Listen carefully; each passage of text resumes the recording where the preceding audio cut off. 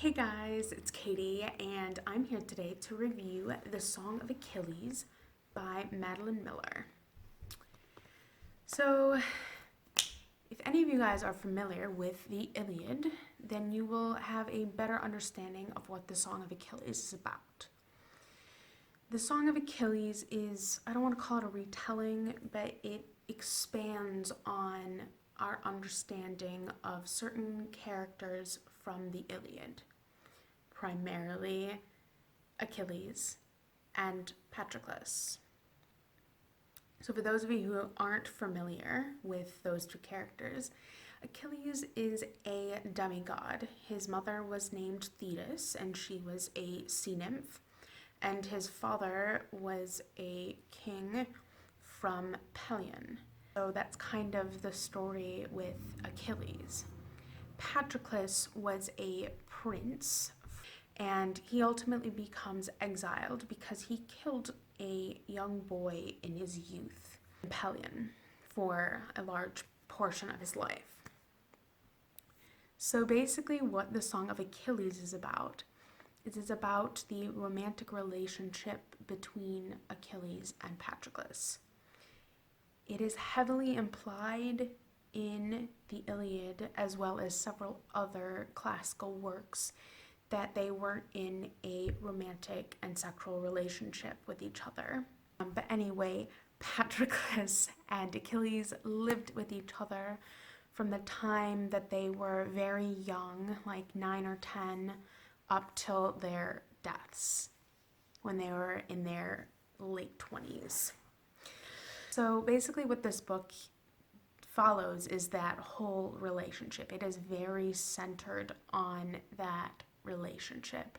It is absolutely heartbreaking and beautiful at the same time. In this book, Achilles' mother, Thetis, is actually kind of the, quote, bad guy. She does not support Achilles and Patroclus' relationship. In fact, she defies it continuously because she wants her son to be the greatest that he possibly can be in every aspect of his life. And she just doesn't approve of him because she thinks he holds him back or bogs him down and can just besmirch his honor. And so she's just constantly meddling. Now, the classicist in me also just loved every second of this because of the accuracy and just the culture and the time period and just intertwining the actual canonical texts with the culture of the time, and it just made my little heart sing. Plus, it just enhanced my love for the Iliad and, in some parts, the Odyssey more than I already loved it, which I didn't think was possible because I love both of those works with my entire being. So I know some people have complained on different levels about the book. One thing being that the middle drags, the middle with the battles and the war just really drags. If you read the original work by Homer, that is basically what the entire tale is about. So there's this war that is raging between Troy and basically the rest of the world because this young man named Paris stole a wife by the name of Helen. She's said to be the most beautiful woman in the world. And there's literally a war fought over this woman. And that is basically what the Trojan War is all about. I'm not even remotely joking when I say that they are literally fighting over this woman. And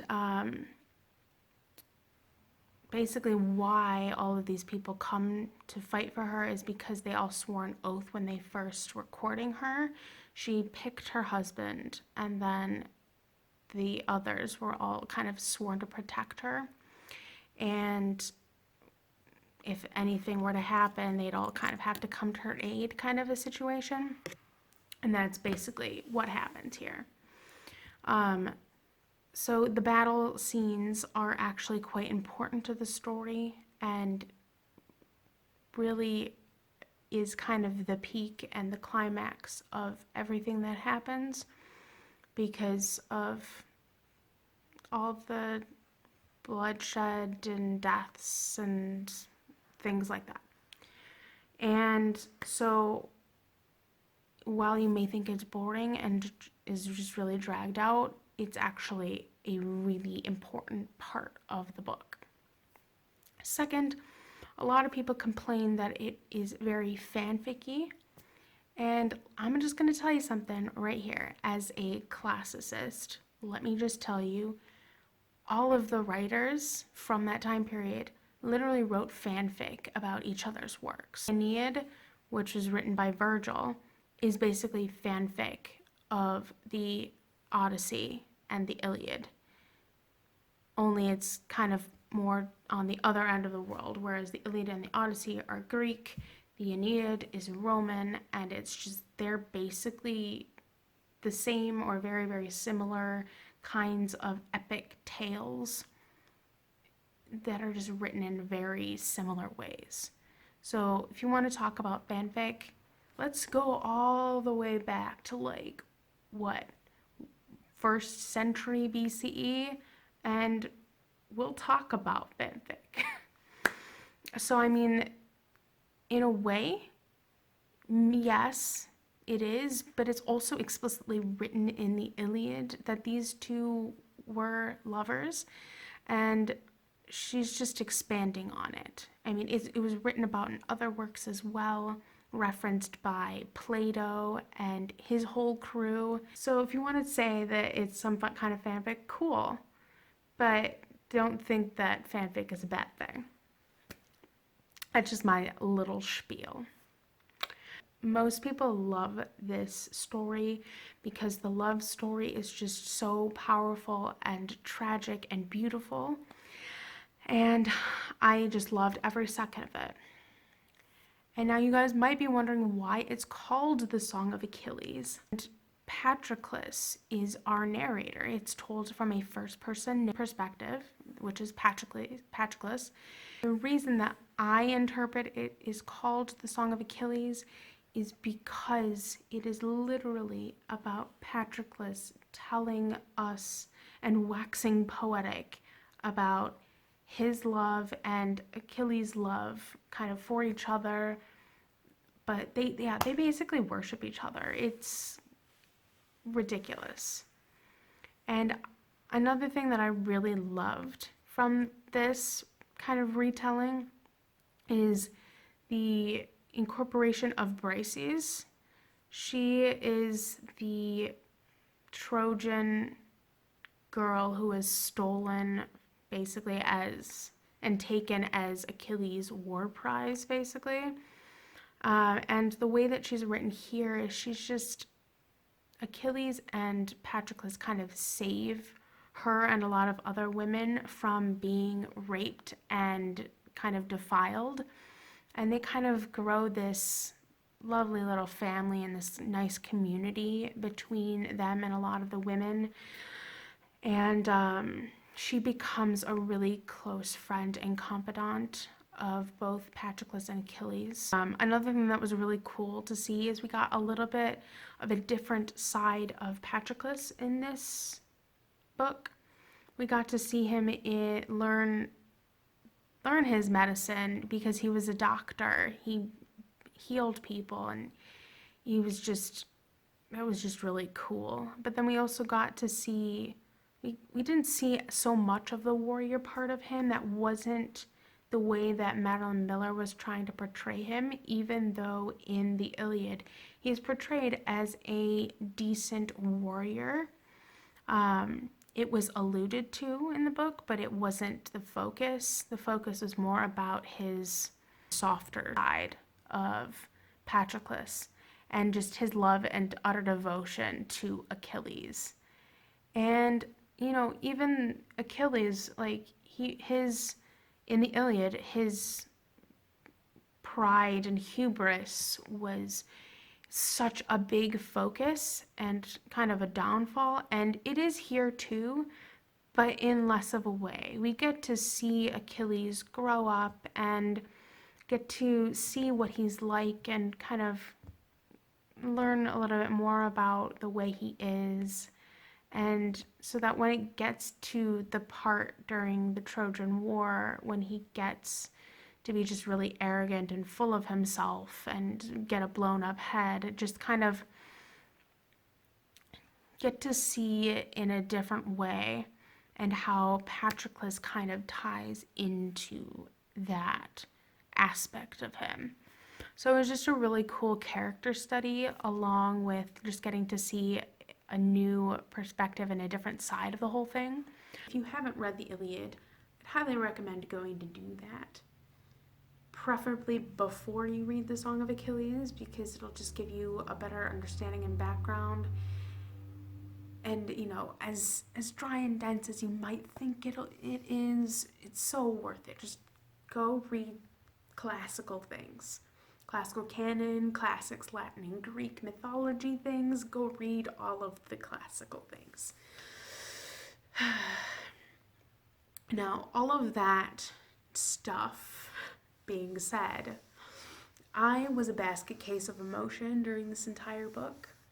It was so gripping and wonderful and incredibly heartbreaking, and I sobbed my eyes out for like the last quarter of the book. Ending, as I said, literally killed me, and I hadn't cried that much reading a book since reading Fool's Fate, which was like last June, I think. But I don't know, I feel like I have so much to say about this book, and like I feel like I can't say any of it at all. Like, I want to quote things at you so badly, but if I do that, it'll just take away from the book. So honestly, if you've read this, please come and talk to me, because I need to talk about my emotions and my feelings for this book, because I have a lot of them in the classics, because I've been so immersed in law and like fantasy stuff for like 2 years that it was just taking me back to what I actually majored in and what I actually loved for a large chunk of my life. It was just so nice going back and being part of that again. I love Madeline Miller for writing this, and I will definitely be picking up Circe, because why would I not pick up Circe? It would be just, I love Madeline Miller now, and I will probably read everything she ever writes ever, because I love her. And yeah, it's my new favorite book and my new obsession. And if you can't tell, I gave this book a 5 out of 5 stars on Goodreads, and it's definitely one of the top books that I have read this year. So yeah, I'm very glad that I read it, even though I broke my rule and read an emotionally investing book during school. Buddy, it was non-avoidable. I needed this book, and I'm so glad I did read the thing. I have no regrets. I have 0 regrets about reading this book when I did. It's perfect time for it. But yeah, I just have so many thoughts and feelings, and I'd love to talk to any of you who've read it, because I have a lot I feel like I want to talk to you about, but I can't hear because it would spoil things. Like, I want to quote things at you, and I want to talk to you about just interpretations of things, and just, especially even if you have a classics background, I'd love to talk to you about, you know, the original Iliad and all of the subtext and even just blatant text in there, and just how it was transferred into this book and expanded upon. I have so many thoughts and feelings about just this whole thing, and it just reminded me why I love classics in the first place. But yeah, I'm gonna leave this review here because if I don't, we're gonna be here for another like hour. And yeah, so that's all I've got for you today. As always, feel free to like, subscribe, comment, follow me on social media. I have a Twitter and a Goodreads, which are both linked below. And I will come back with another video for you guys again soon. Okay, bye.